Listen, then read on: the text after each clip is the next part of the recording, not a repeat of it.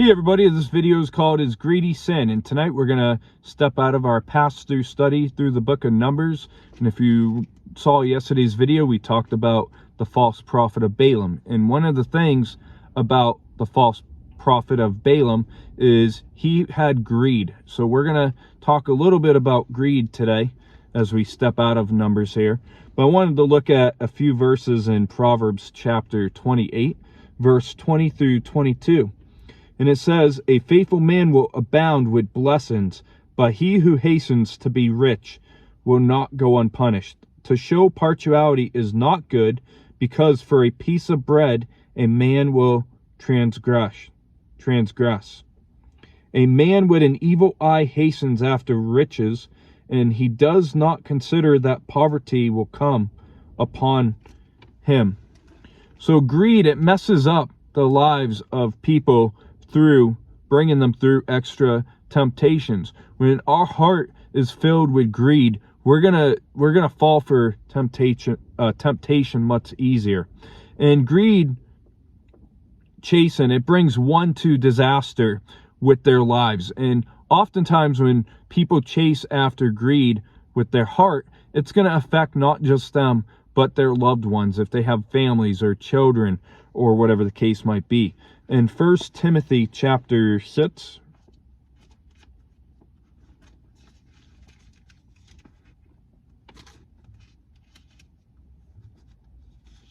verse 7 through 10.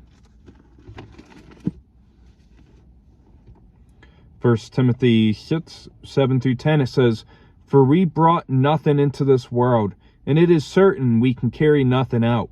And having food and clothing, with these we shall be content. But those who desire to be rich fall into temptation and a snare, and into many foolish and harmful lusts, which drown men in destruction and perdition. For the love of money is the root of all kinds of evil, for which some have strayed from the faith in their greediness, and pierced themselves through with many sorrows." So one of the most wrong things that you might hear people say is that money is the root of all evil, but that is not biblical.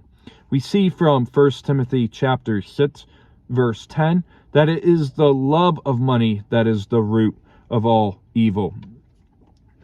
And greedy people, they are fixated with their hearts and their eyes on themselves, and they may even do business with dishonesty.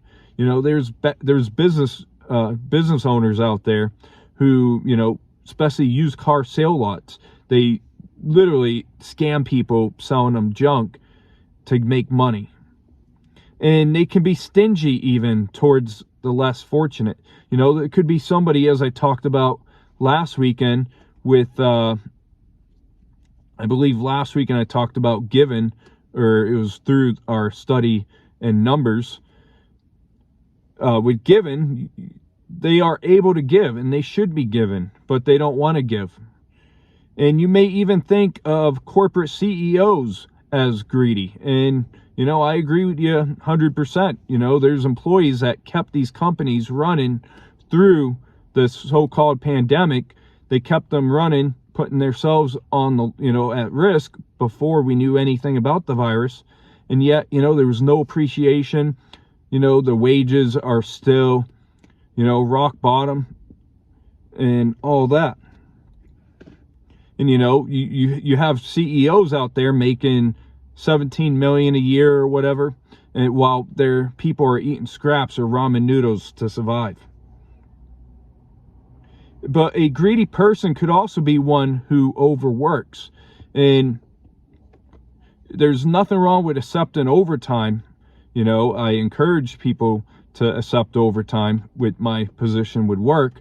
But, you know, people should not be working 80, 90 hours a week just to bring in the dough and all that. And a greedy person could also have a gambling addiction. You know, sometimes you go in the convenience store, you see people spending, you know, $100 or whatever on scratch tickets. In the lottery, same thing. People put hundreds of dollars into that stuff. And in Luke chapter 12, verse 15, it says here,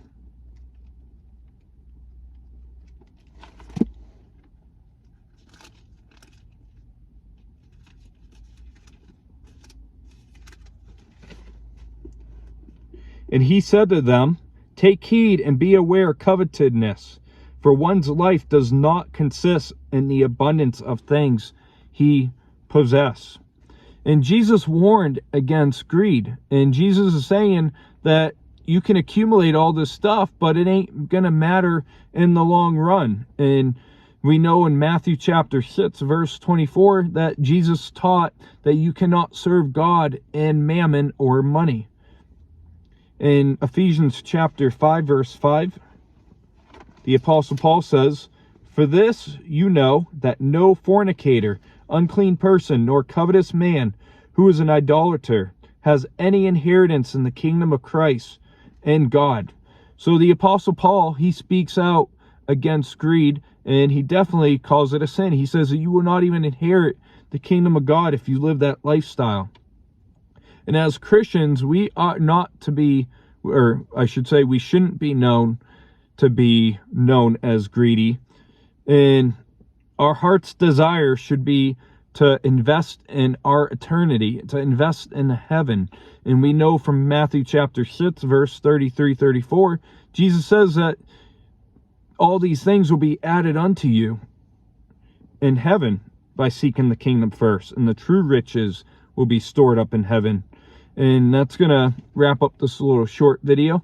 I hope you have a great rest of your weekend. And we'll see you back next week in the book of Numbers. God bless.